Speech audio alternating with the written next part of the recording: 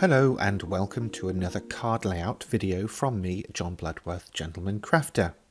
Here's the card I'm going to be making in this video, and just so you know, I will be using the Fiesta Fever pad from first edition. Lots and lots of bright patterns and colours in this paper pad for you to really just get your teeth into. Now, while I'm constructing the card, as ever, I will be using the Pinflair bookbinding glue, and it's the one that's in the actual tube, and that comes with a fine tip nozzle as well for precision application. Right, let's take a look at what I'm going to be doing. So first of all, here's the layout, and then I've got a variety of dies that I'm going to be using, some coordinating cardstock that's going to work with the papers that I've chosen, which are these.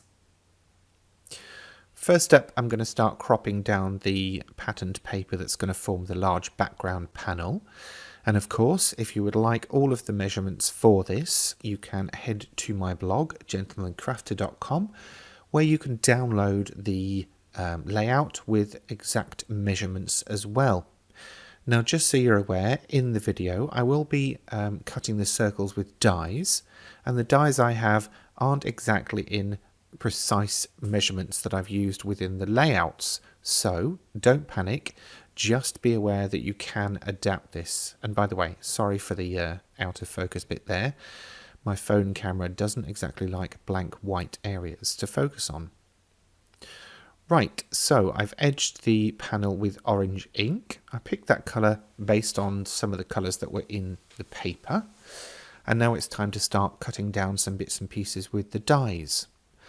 So the large circle I'm going to cut from one of the patterned papers. The sentiment and the smaller circle from white cardstock. I'll be doing something with the smaller circle shortly, don't panic. And I will just wrestle with the sentiment to get that out.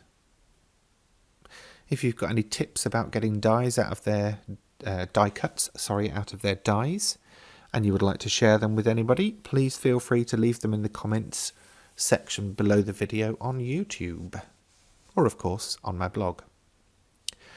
The leaves, from the green paper there, and then I'm going to cut a couple of pink flowers and a couple of yellow flowers.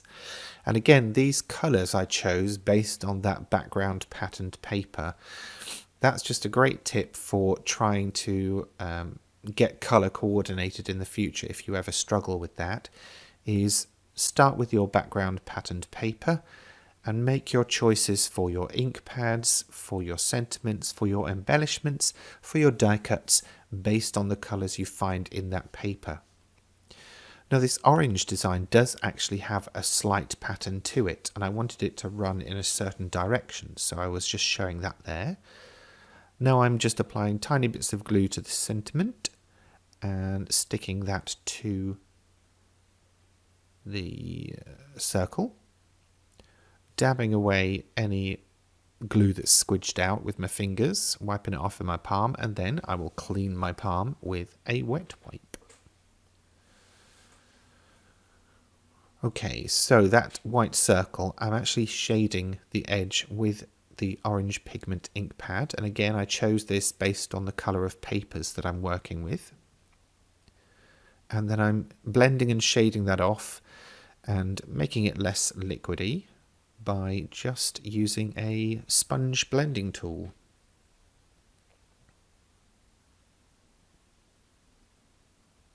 And that's going to go in there.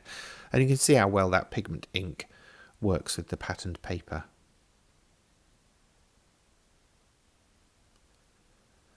Okay, time for a bit of quick shaping on the leaves. I'm not spending too long in shaping all these bits because they're basically just eye candy, I guess. So it's not just the sentiment and the patterned papers. I just want to give the hint of shaping.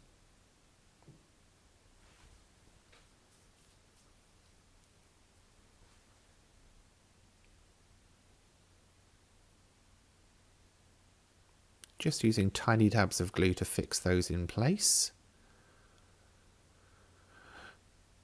And then next up, what I'm going to do is put some sticky fixers on the back, so foam pads on the back, just to raise this panel away from the card.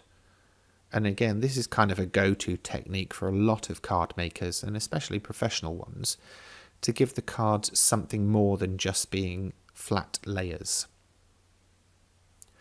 I'm putting some glue on the foam pad, so I've got a tiny bit of wiggle time, just so that I can get it in position before I really commit to sticking that down.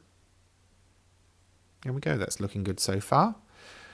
Time to shape the flowers, and I'm really just giving some shape to the petals. I'm not spending hours and hours, giving them lifelike petals, because, well, ain't nobody got time for that. Well, if you have, then sure, go for it. But you know what? Sometimes it's just a case of giving the illusion of something rather than spending hours and hours trying to make it true to life. If I was making it true to life, I wouldn't be using these dies.